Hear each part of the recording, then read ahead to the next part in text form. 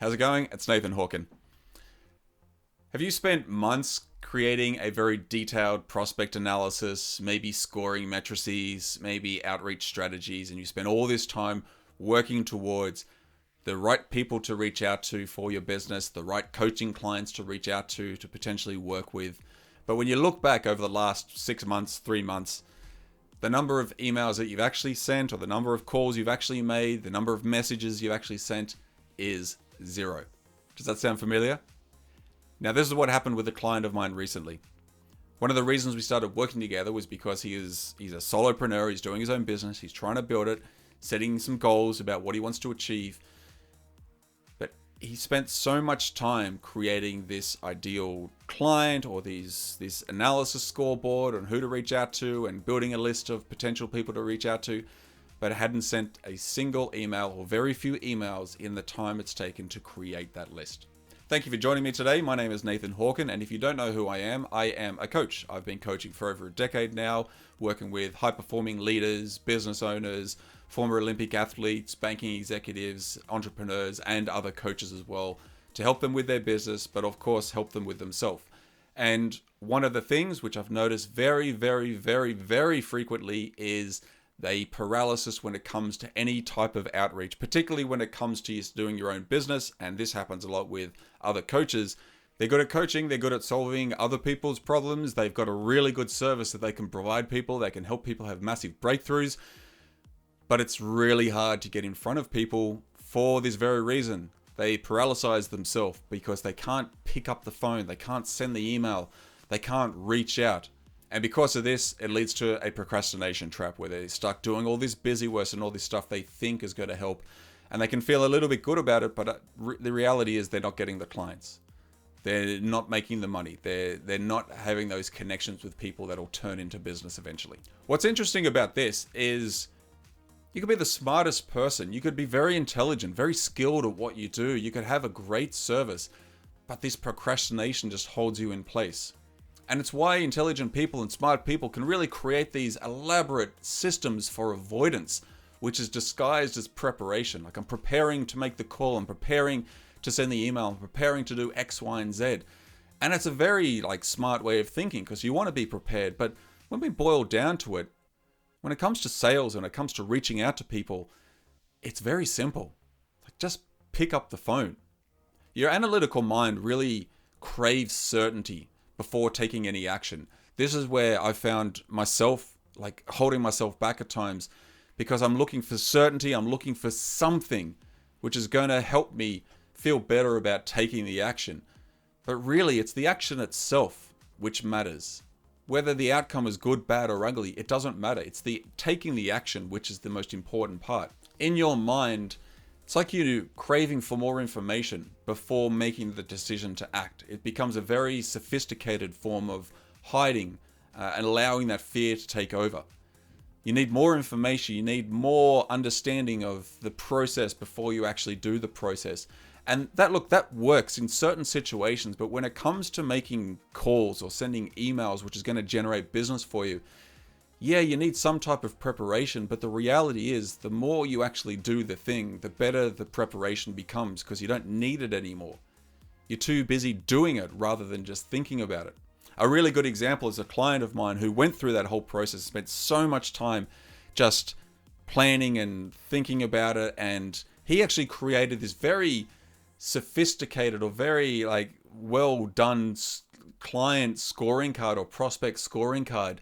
And it looked great, but there was no emails, right? It's a thing and it can work, but you still have to do it. You still have to send the email. You still have to pick up the phone, right? So a scoring card is great, but the time spent on that is time wasted where he could have been actually reaching out to people. The big challenge here, and this is quite interesting with a lot of coaches that I've spoken to and a lot of business owners as well, when they start a service-based business, like a consultancy business or something like that, these are people who have a vast experience and vast knowledge of the thing that they're doing. Otherwise, they wouldn't feel confident enough to start their own business. But the problem is that sales to them feels like personal rejection rather than a business communication. When someone says no to them, it's like they're saying no to the person themselves rather than the actual value it's going to bring to the business. And so what this does creates a perfectionist fear. It's like, well, people have said no to me already, so I don't know if I'm good enough. But what if my approach isn't optimal? What if I'm not saying the right thing at the right time? What if I'm not presenting it well enough from the beginning? Which is all good, but you never know that until you actually get the genuine feedback from the people you're speaking to. And that comes in the form of a yes or a no. Maybes are a bit ridiculous, but if you're not getting a yes or no, then how would you know if it's actually working or not? When you're in this mode, when you're kind of gripped by this perfectionist fear, your analytical mind really starts to mistake activity for progress. This is very much that the crux behind all procrastination. It's like, I'm doing a lot. I'm doing all these things. I've got my to-do list. I've checked them all off. But this is the mistake of any progress that you're making, because it is just activity. It's just stuff that you're doing. Like, for example, research versus actual outreach. You could spend the whole week researching potential clients, which can be a good thing. But you could also spend a week reaching out to people, reaching out to potential clients. Whether they end up saying yes or no to a meeting, it doesn't matter. You could look back on the week and say, oh, I've researched these 10 or 20 different companies, and these are all the facts and information I know about them. Or you could look back and see, I've reached out to 20 potential clients. 5 said yes to a meeting, the rest said no. That's 5 potential leads you've just created, whether you've researched them or not. And a real big challenge here is that a lot of, let's say, smart people, for example, or people in general, they hate not being good at things immediately. And I fall into this bracket myself. I want to be good at something before I start doing it, but then I forget that you have to do the thing in order to get to it, right? Practice makes perfect. And so because you can hate not feeling good or not being good at something from the beginning, it just puts up blockages inside you. I need to be good at something before I do it. I'd say, well, it doesn't work like that. We need to flip that. And a really big concern is that sometimes your expertise and what you're doing makes sales feel beneath you or uncomfortable. Sales is uncomfortable. It doesn't matter which way you look at it. Like, it is uncomfortable, but you can also choose to let it be not uncomfortable. But if you've been an expert for so long, if you're doing consultancy, if you've got this wealth of knowledge in your mind, you can feel like sales is beneath you, like it's someone else's job. And that's only because you haven't practiced it before. So what we need to do is start making some shifts in your psychology. Start reframing the way you're thinking about what you're actually doing. And this is exactly what I do with my clients. Anytime they're struggling with procrastination barrier for their sales outreach, when they're a one-person show doing their own business, when they have to do sales for themselves to generate that revenue rather than just waiting for leads to come in. You have to start reframing and changing the way you think about certain elements and aspects of what you're actually doing and your outreach potential. One of the things I like to change is shifting the term selling to data collection. So instead of you picking up the phone like, I have to make a sales call, you change it in your mind thinking, okay, so this is market research that I'm doing. I am changing the way I think about this call by, I'm doing some market research. I'm calling up this person. I'm asking them some general questions about who they are, what they're about, those type of things. The things that I want to know to understand if they're going to be a client or a potential client. So if you're not selling, you're just doing some market research, instantly the pressure is taken off yourself. It's like, yeah, I can call someone up and ask a few questions, as opposed to, oh, I don't know if I can call and sell to someone. Then we have to make the shift around the strategy itself. So instead of thinking you have to have the perfect strategy, I have to have the perfect strategy before I can make a call or send an email. What if you switched it to, I'm just going to create some rapid testing. Instead of having the perfect strategy, I'm just going to rapidly test what I've got. I'm going to rapidly test and embrace the experiment mindset. I'm experimenting with my process right now. This strategy that I'm working towards, this isn't perfect.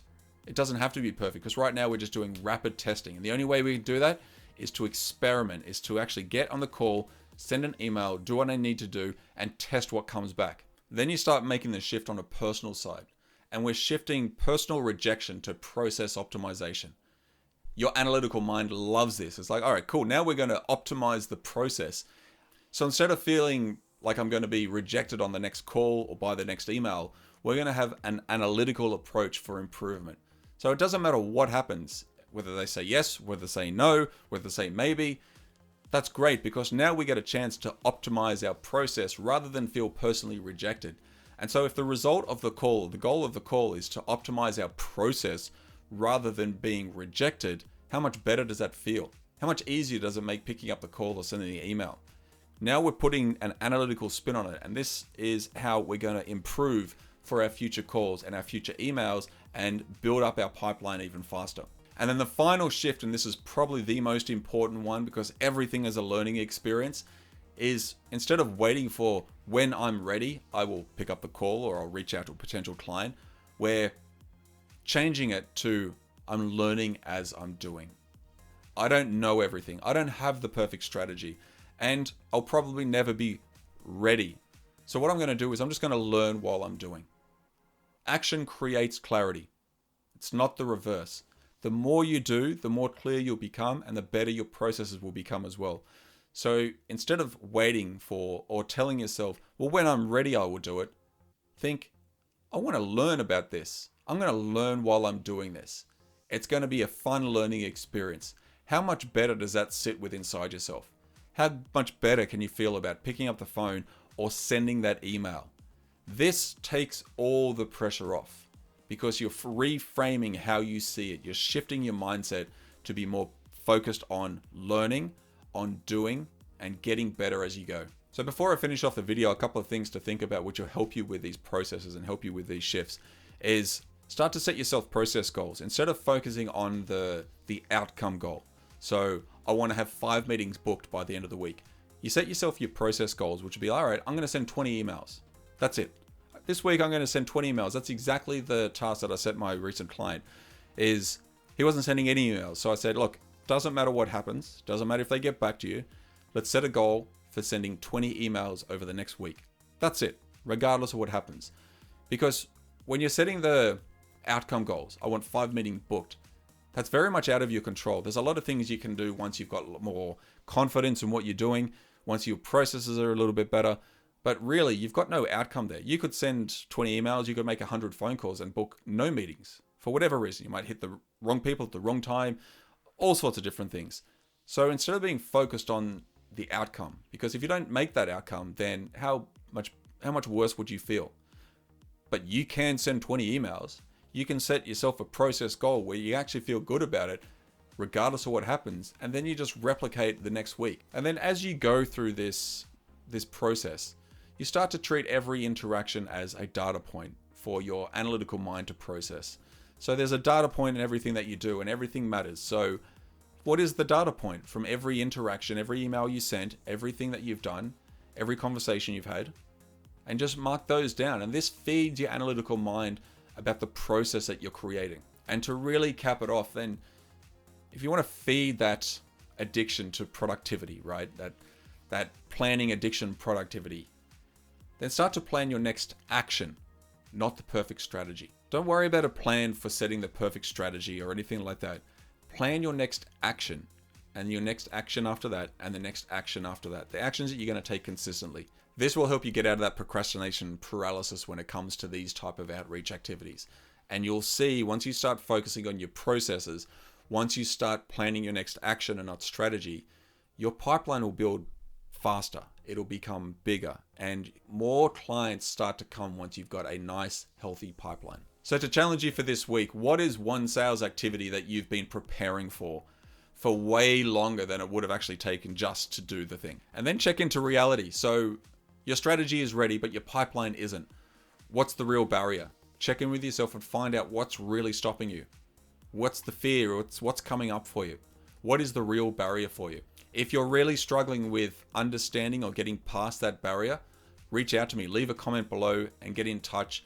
Let's have a conversation and work through the barrier and find out where the analytical side is holding you back, what's really slowing down your sales momentum, what's stopping you from building clients. Thank you so much for watching the video. I really appreciate you watching all the way through to the end. If you like my content and you want to help me reach more people with these messages, please like the video, comment, and subscribe. Thank you so much. I'll see you in the next one.